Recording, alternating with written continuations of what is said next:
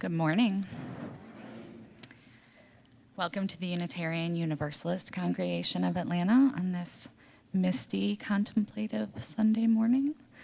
Our first hymn is number 18 in your gray hymnal, What Wondrous Love Is This? Please rise in body or in spirit.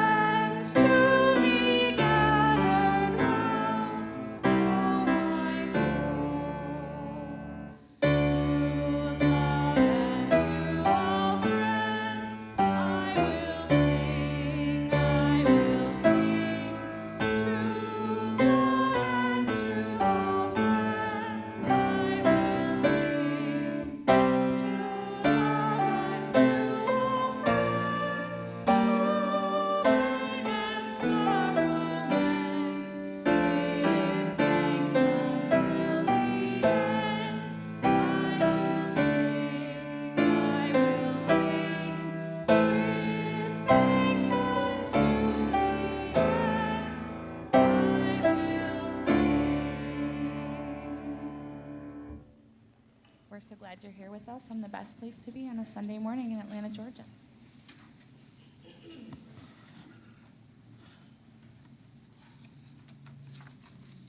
Welcome to the Unitarian Universalist Congregation of Atlanta, a beloved community that changes lives. I'm Karen Martin, and I'm so glad you're here with us this morning. Wherever you are from and whomever you love, you are welcome.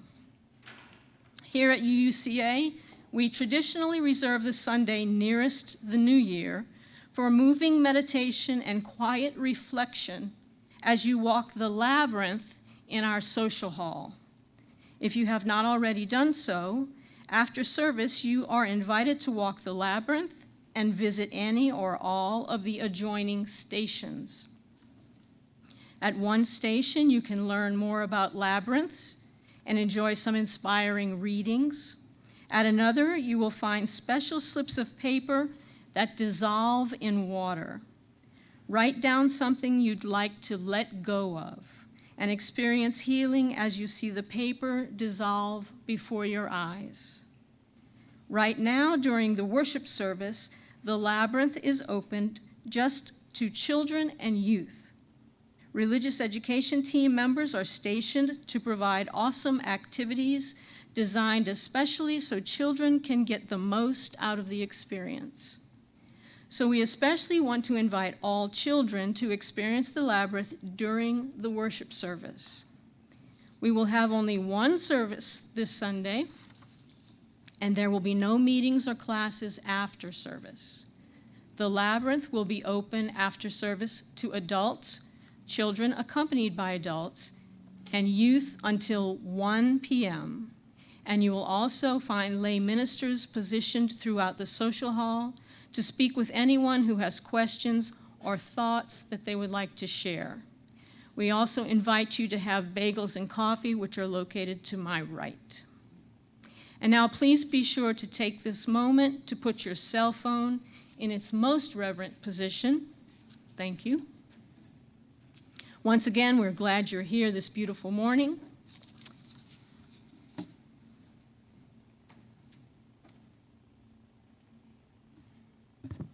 Good morning. A labyrinth is simply a place to walk and reflect. Unlike a maze, there's no potential for getting lost. Labyrinths have a single path in and a single path out, with no wrong turns and no dead ends. Labyrinths have a long history. 4,000 years ago, people were carving labyrinths into rock. Labyrinths are tied to no particular place or culture. They can be found from ancient to modern times in India, Afghanistan, Rome, Iceland, Crete, Egypt, Sumatra, and the United States. Labyrinths can take up any amount of space and time that you wish. They can spread out over a football field or be contained on the side of a coin. Labyrinths, like the one we have in our social hall, can fill up a room, or they can reside on a desktop. We may spend hours wandering labyrinths, or we may use them to fill only the briefest moments in our lives. When seeking a metaphor for life, we're apt to choose the maze rather than the labyrinth. Life, like mazes, can be full of wrong choices, dead ends, and the anxiety that comes with the sense of being hopelessly lost. But today, we invite you to consider the labyrinth as a metaphor for life. What if life were like a labyrinth, a single path in and a single path out, and the assurance that the path we are on is the way we are meant to go? As we light our chalice, we, the Lay Ministers of UUCA, invite you to enter the labyrinth of life.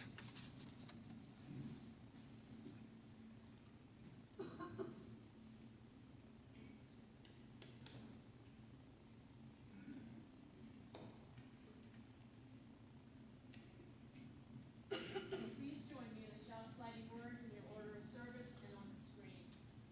May the light of this flame illuminate our tradition of seeking, invite all who yearn for acceptance, and ignite our passion for justice and peace.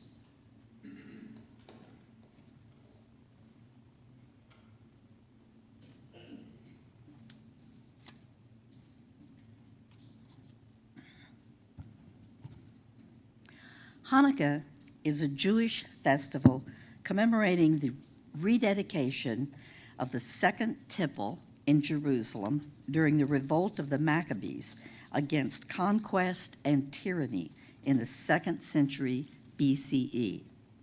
The Maccabees won religious and political freedom for the Jewish people despite having to face a much stronger oppressor.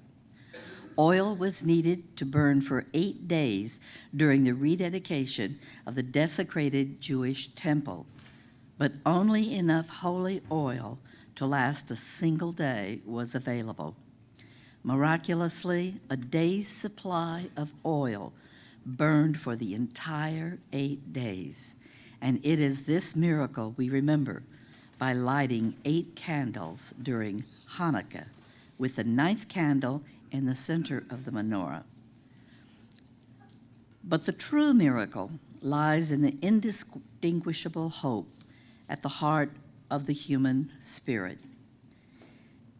And as we light the menorah today, I ask that we keep in our hearts these times that we are living in, and the never-ending and the tragically increasing in frequency attacks on Jewish people.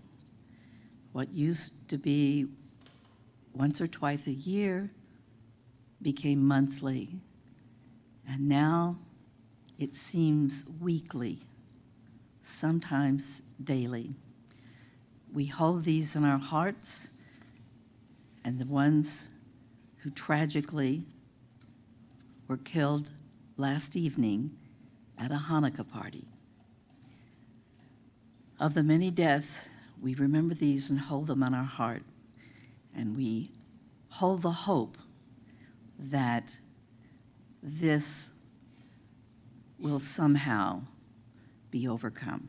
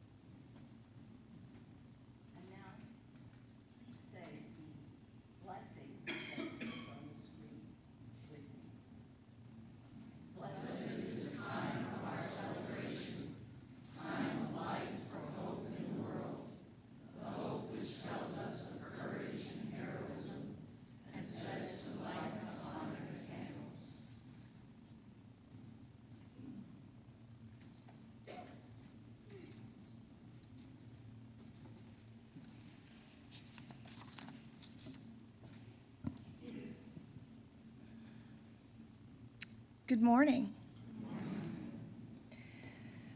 The poet and also doctor Rachel Naomi Remen once wrote, "Perhaps the secret of living well is not in having all the answers, but in pursuing unanswerable questions in good company." As Unitarian Universalists, this is what we do each week. We come together in community with our fellow seekers of meaning, justice, and wisdom to help each other walk the labyrinth of life together. Please take a few moments now to greet each other with a handshake or a hug, and most especially to greet any fellow travelers whom you have not yet had the chance to meet before today. Now let's greet one another.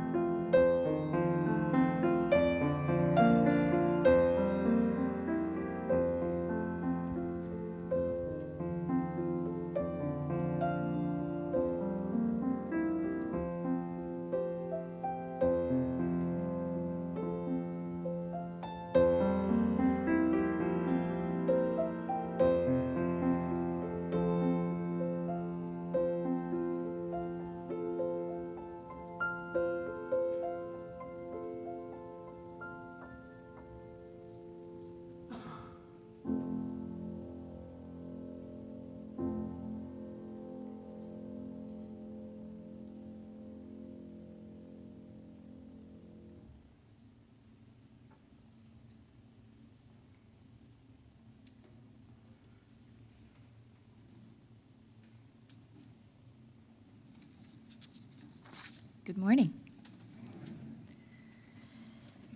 In the introduction to her book, Labyrinth of Birth, Pam England states, "The journey into the labyrinth center, is symbolic of letting go and of death, psychic and physical.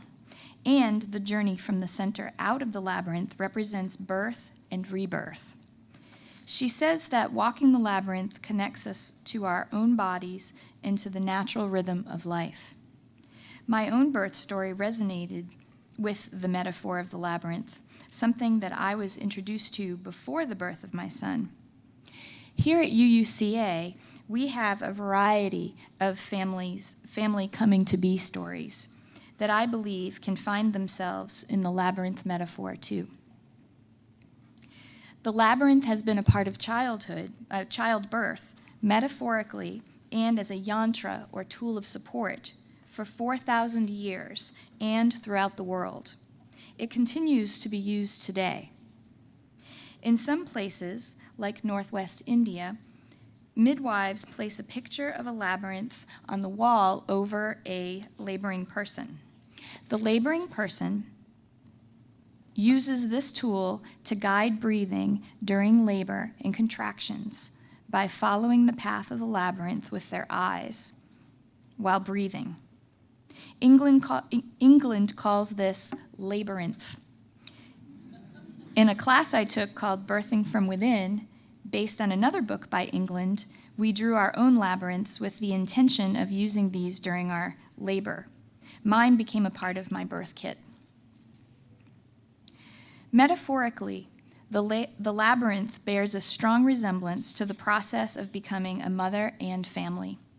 The inward journey begins with labor, and the laboring person starts to look inward while simultaneously entering the path that will lead to the birth of a child.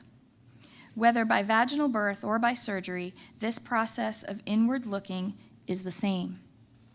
Those on the path to adoption and other ways of gaining family can also relate to the journey of letting go and changing of self. The path of the labyrinth is predetermined and contains 7 folds.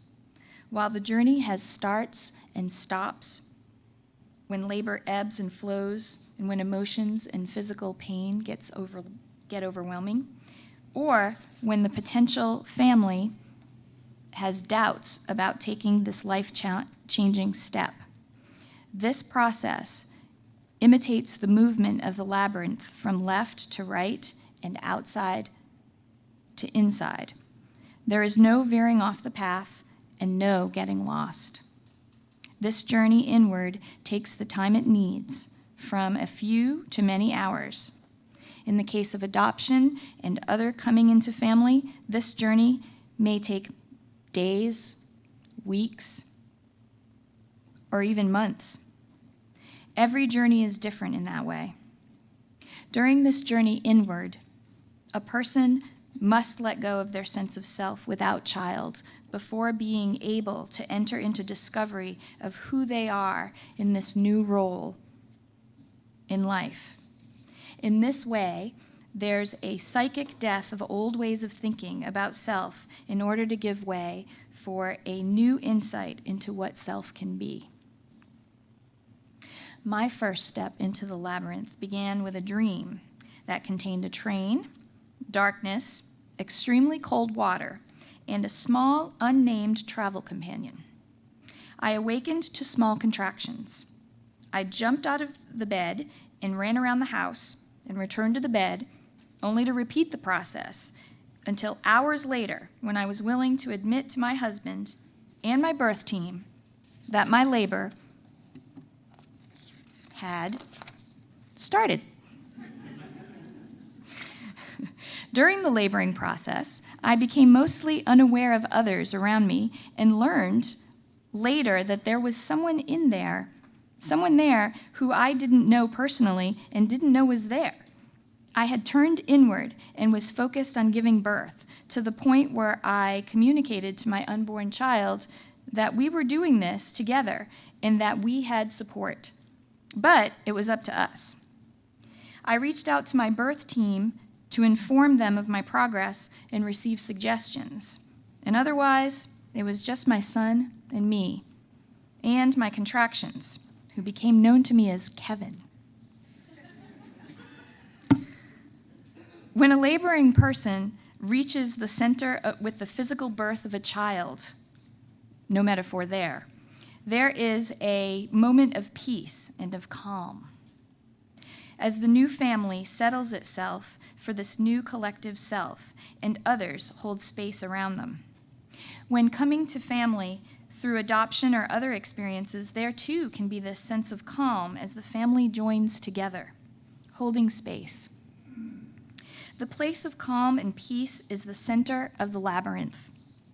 At the time of this physical birth is also the psychic birth of a new person who must consider who they are now that they have this new role. Maybe a part of this peace and calm happens because of oxytocin, and I don't remember the initial hours following the birth of my son, of family coming in to see us, as all my focus was on this new being in my arms. My focus changed from an inward focus to a focus on the baby and wanting him to bond with other members of the family. The outside world almost disappeared for a time. Soon enough, the journey outward begins. The looking outward, the rebirth of self as mother and family unfolds. As with the journey into the labyrinth, this journey has starts and stops. Moments, probably many of them, where there's confusion, fatigue, integration, etc. The path out of the labyrinth is also predetermined.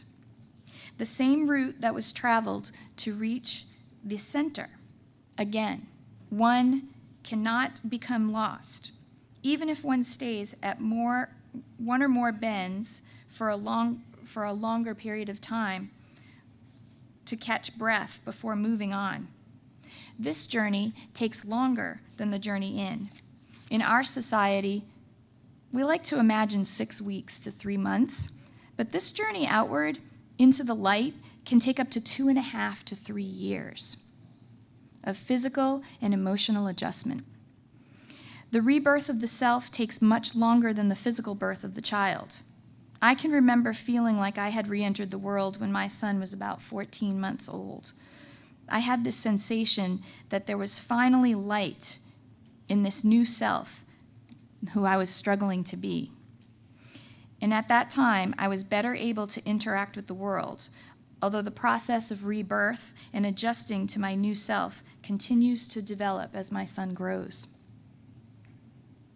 The labyrinth as a metaphor and a tool for the becoming of a mother or parent or family has been an apt one for my own journey, and one that is special to me.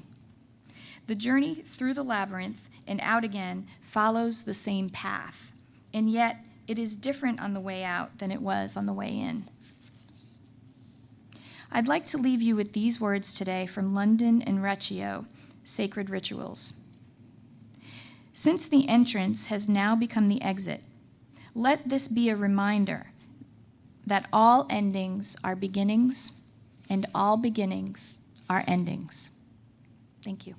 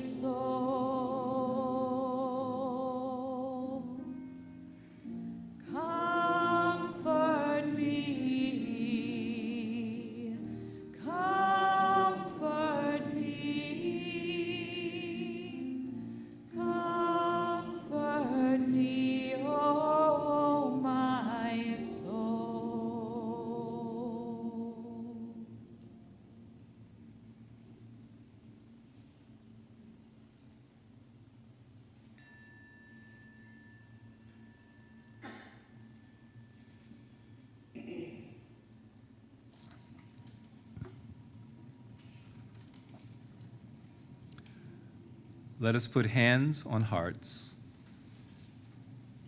Feel the warm connection. Let love flow in this moment. Say to yourself silently,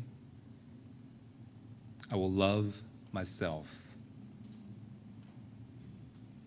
I will love others. And that love will heal the world.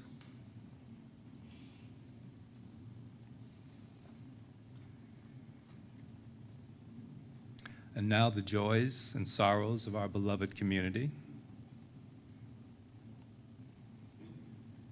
I will take a moment of personal privilege. As her proud father, I am happy to share that Ayana Kafi Stringer is a nominee for board trustee of the UU Mountain Camp and Conference Center. She hopes to begin serving on the board following election this spring. At this time, I invite you to say out loud the names of people you are holding in your heart this morning.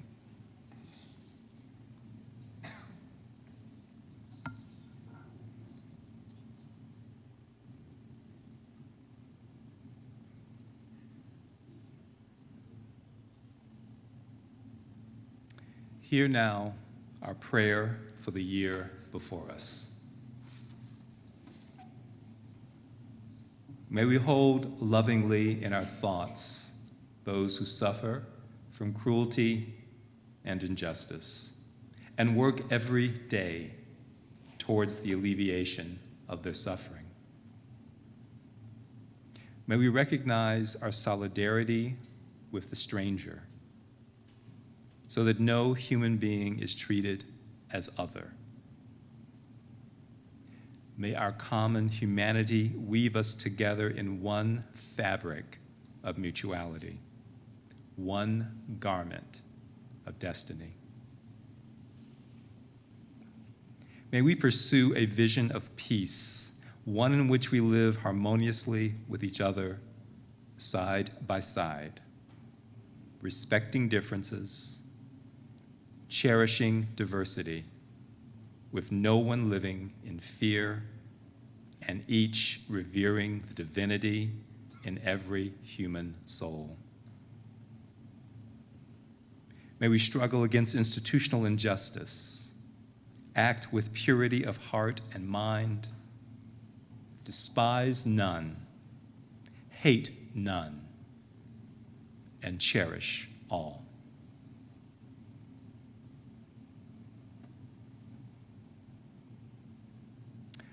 Let silence be our sanctuary now. We take in a deep breath, and then we exhale. We gently surrender to something larger than ourselves. We enter into the wise silence.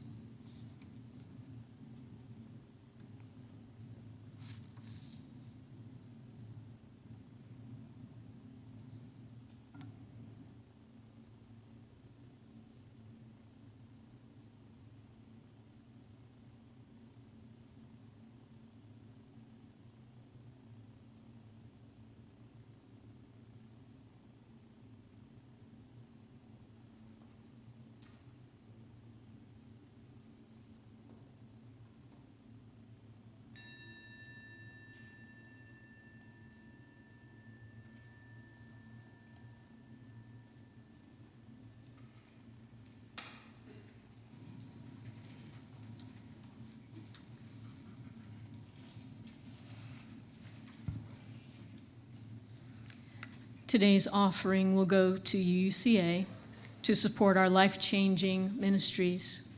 In a free church such as this, your offering is a sacrament.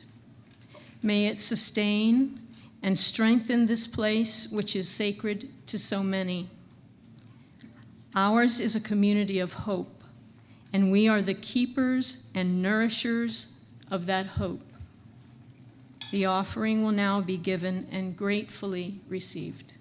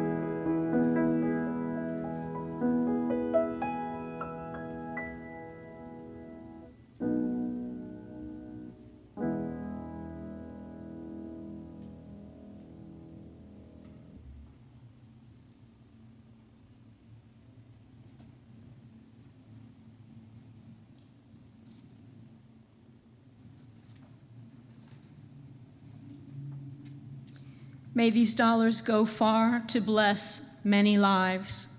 And now please join me in the dedication of the offering, which is found in your order of service and on the screen.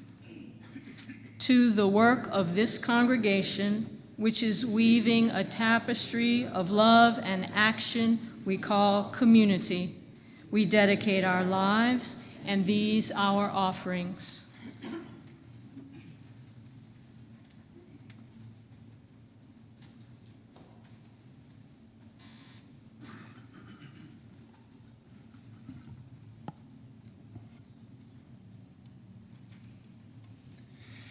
I can't wait to have a break at Christmas, and I am so glad to have some time off. I'm just going to rest during the break. These are just some of the comments my coworkers have shared approaching December 25th and office and school closures. We all talk about somehow our lives will change and slow down once we break from our usual routines. But so often around this time of year, we fill our time not with rest, but with holiday parties, children's school events, and family visits, not to mention how most businesses manage to fit an entire quarter's worth of work into the 3 weeks following Thanksgiving. How students have tests and papers and then parties on the last day of the semester. Now, none of these are bad choices on their own. They can all be pleasurable and joy-inducing uses of time. So why do we so often yearn for quiet, for stillness? Why do we fill opportunities for stillness with other activities? Why do we carry a guilt of stillness? Taking a break is attractive because we are always so busy. Now, this isn't a time management issue. It is really part of our American culture to be attached to devices, email, the office, children's sports schedules. So it is no wonder we struggle to eat healthy, exercise, or take time for spiritual practice. But these are so often our New Year's resolutions. If only I could change my usual routine. I could add these new activities and habits into my life. And when by March we haven't made it to the gym in weeks, we pull through the McDonald's drive-thru on the way to the kids' basketball practice, we get down on ourselves. The labyrinth as life metaphor can help us here. Perhaps instead of pressuring ourselves to fit into size 4 by Valentine's Day, we think about what a healthier eating represents. Is it really just a clothing size? That's the goal. Or is making food with our family and eating together the real goal? Walking a metaphorical labyrinth is a path to that discernment. Let me share an example from my own life. Now, I've been involved with the congregation for about 10 years, serving on committees and projects as a lay minister and on the board of trustees. About a year ago, as my board term entered its final months, I started to reflect how I wanted to serve this community next. I wondered if board president was a role I aspired to. So I entered the metaphorical labyrinth and considered the time commitment, the impact on my family and job. Did I have the self-confidence and right demeanor to be successful? As answers became clearer to me, my load felt lighter, and at some point, I was at the center of the labyrinth. After considering each step I was taking, after peeling back the layers of noise I often fill my life with, I reached a place of quiet, still contemplation. I left my load of expectations and projections and heard the answer I needed to hear. And I moved forward out of the center to the end of the labyrinth, confident about the direction of my service to this community. So as we start this new year, let our commitment first be to finding stillness. And the path to stillness may be trying a new activity or ending an old one. If you can envision a way of life for yourself, start the path of discernment and allow yourself the space to find the answers. Know that the path is not just two parallel lines on the ground and you walk right through. We don't generally just wake up and say, I'm going to be an astronaut. It might actually start with, I'm bored at work. What can I do about it? So when we arrive at the center of the labyrinth, we arrive raw and vulnerable. We have peeled off the layers and distractions to focus on what is most important. And we are now ready for the liberation and freedom from concerns, from guilt, shame, or the uncertainty we have been holding. And in this stillness, we can hear the voice of the divine. In the Christian book of Psalms, we read, "Be still and know that I am here." Be still. We may define the divine differently, the kindly old man in the sky, the biggest tree in the forest, or maybe we don't define the divine at all. But the connection in the stillness brings the message we need to move out of the labyrinth with new focus, lightness, and clarity. Unlike the physical labyrinth on the floor, a metaphorical labyrinth doesn't always have a clear entry point. We may not really be conscious of the labyrinth until we are out of it. But it does start with being intentional and making space for reflection.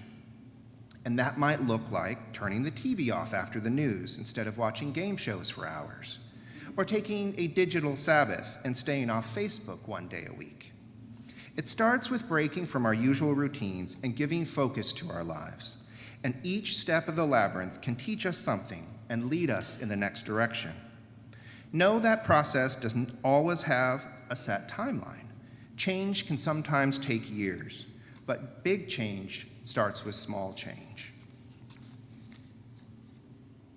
So as the new year begins, let's dedicate ourselves to making space in our lives and turning down the noise and rush that can hold us back. Let us give ourselves permission to try different things and ways of doing. Let us be open to the sound of the divine in the sound of silence. Let us be reminded, as poet Mary Oliver tells us, "Sometimes I need only to stand wherever I am to be blessed."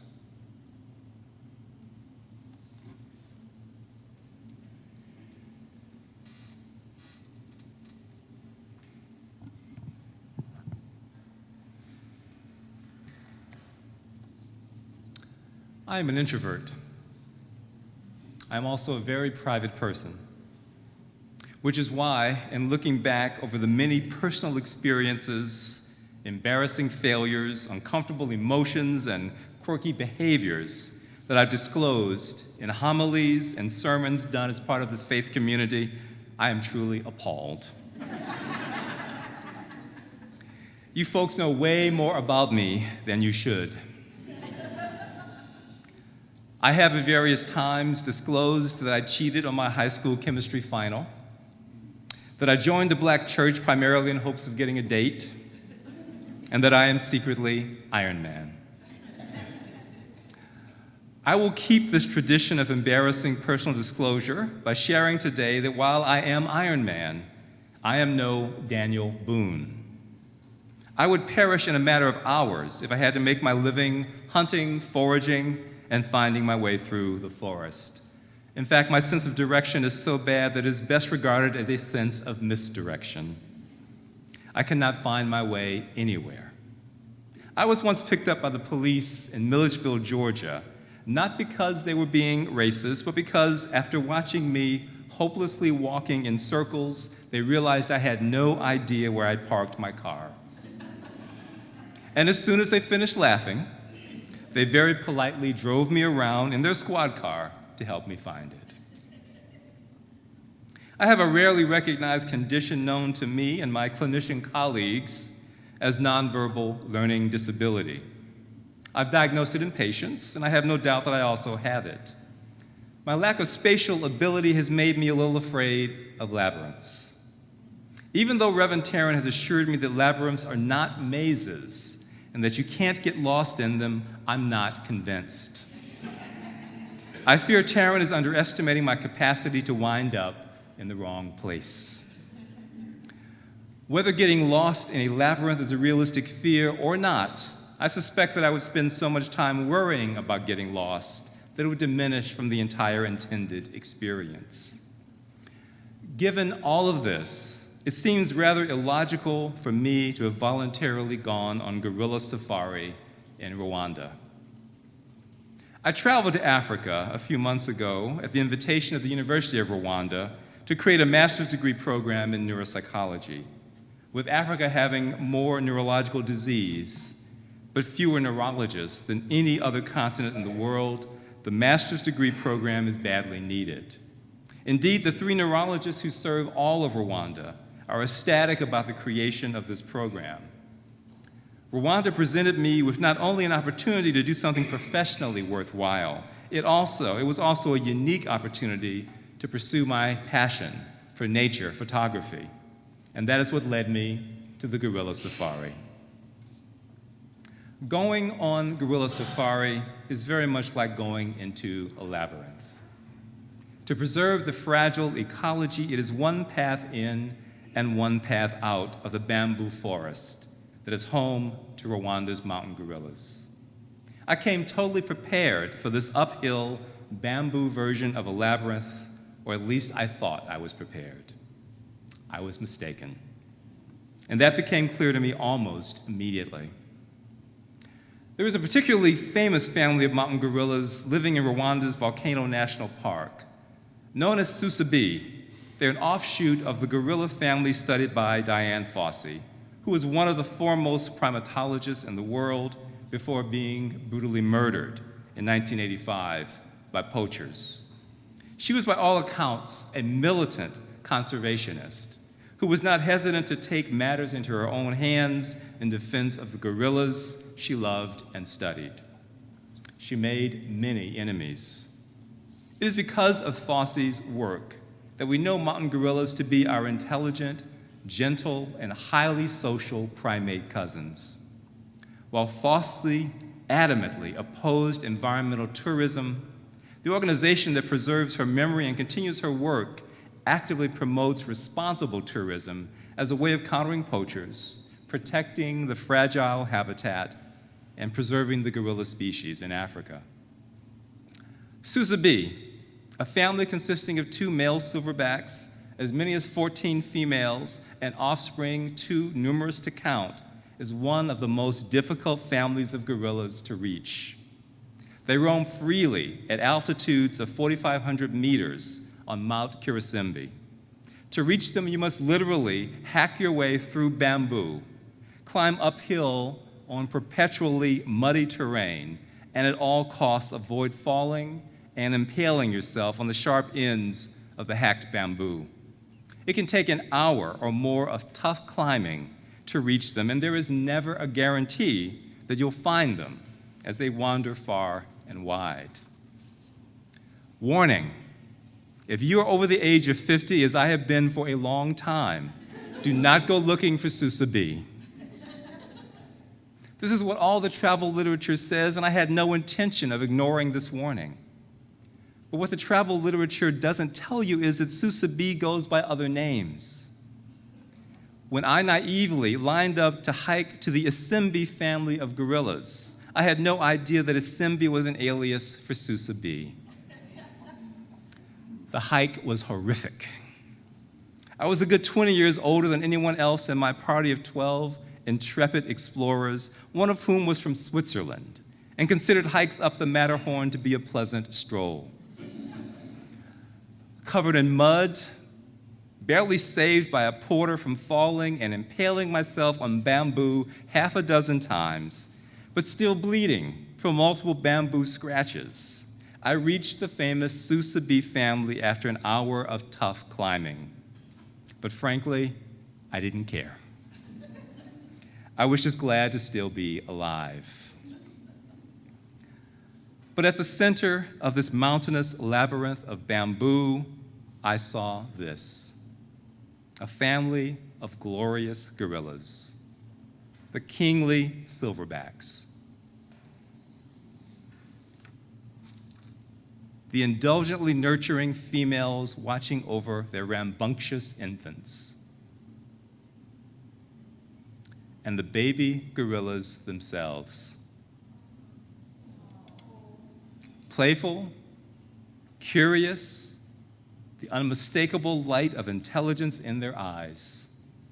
A natural primate intelligence that is older and, in at least one respect, wiser than ours, because it guides an existence that does not need to destroy its habitat in order to simply live. After hiking a hard hour, I stood for a gentler hour in the stillness of Mount Kirisimbi, in the company of Susa B, in the presence of an intelligence greater and wiser than our own. And I was glad to be at the still center of this mountain bamboo labyrinth. I am still a little afraid of getting lost in a labyrinth, and I am admittedly losing confidence in my physical capacity as I age. But I am more confident than ever that what you may find at the calm, still center of whatever labyrinth you stumble into, what you will find will be worth the climb. May it be so for all of us in whatever labyrinths we find ourselves in during the year to come. So may it be.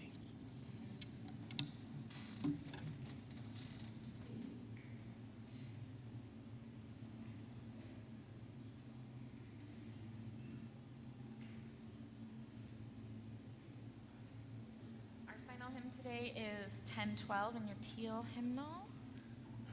When I am frightened, please rise in body or in spirit.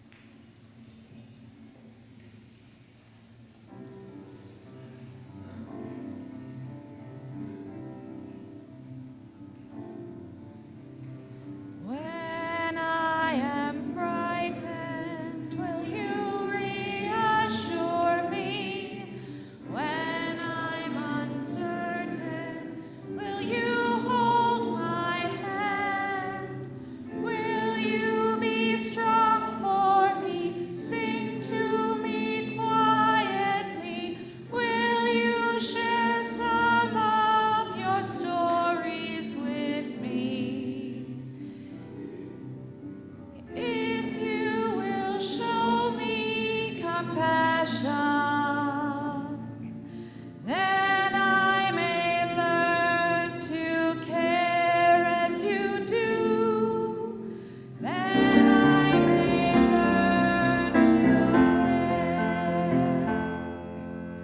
When I am angry, will you still embrace me? When I am thoughtless, will you understand? Will you believe in me? Stand by me willingly. Will you share some of your questions with me? If you will show me acceptance, then I may learn to live as you do. Then I may learn to give.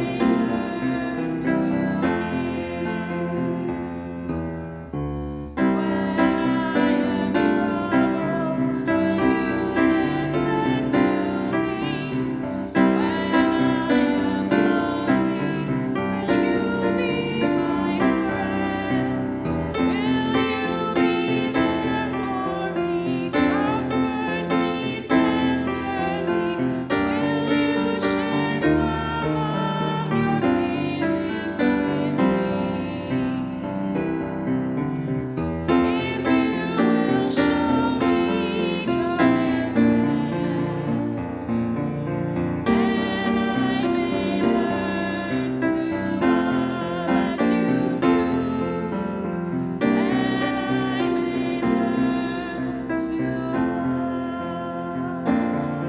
may learn to